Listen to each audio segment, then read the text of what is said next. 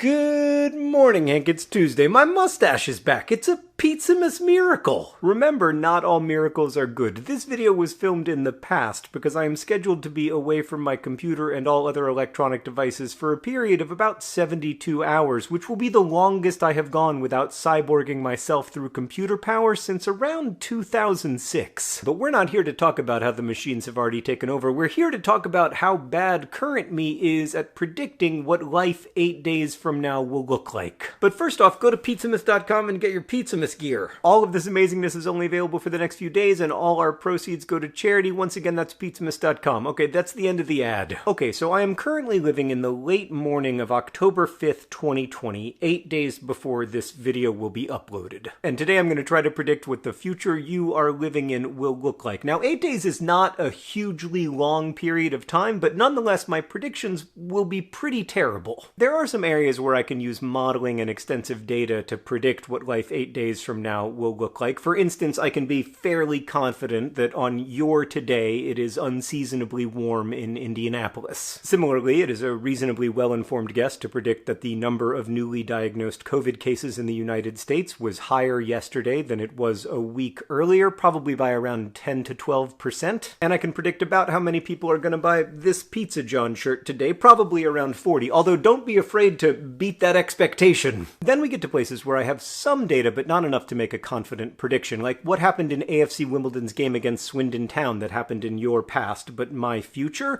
I think we might eke out a draw based on current form, but that's a guess. And then we have guesses based on scheduled events, like for instance, I know there's a presidential debate upcoming. I suspect that in your present, that's being much discussed. But whatever has happened, I suspect the news of my morning will feel like the very distant past, not like 8 days ago. For the record, this morning, the main news was that the President of the United States has been hospitalized for COVID, and many people close to him have contracted the illness after a series of indoor maskless gatherings. Even though that feels like very big news to me, I suspect that it is not big news to you because the news cycles are moving much faster. Speaking of which, there are also the vague predictions that will always be accurate. Like I predict that 8 days from now, Twitter and Reddit and Facebook will be absolute dumpster fires that I will be unable to stop refreshing until and unless I physically remove my body from the internet. And I predict those platforms will continue to recognize that usage goes up when people feel uncertainty and fear, and so the feeds that they choose to show us will increase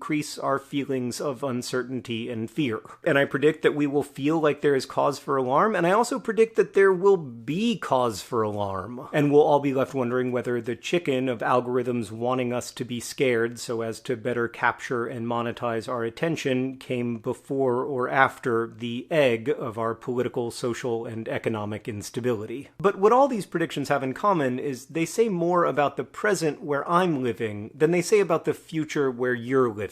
What's really freaking me out about the future these days is not the things I know I don't know, like the AFC Wimbledon score, for instance. What freaks me out are the unknown unknowns, the things I can't know I don't know. Like in November of 2019, I could never have imagined that AFC Wimbledon wouldn't win a single game in April of 2020, not because they played poorly, but because there was no football. And that is what makes the future really hard for me to look at right now. So I'm trying not to look at it that much, to be honest with you. Have any unknowable unknowns come to pass in the last 8 days? You know better than I do. Regardless, I hope you're doing okay, and I hope I'm doing okay too, so far away from the internet.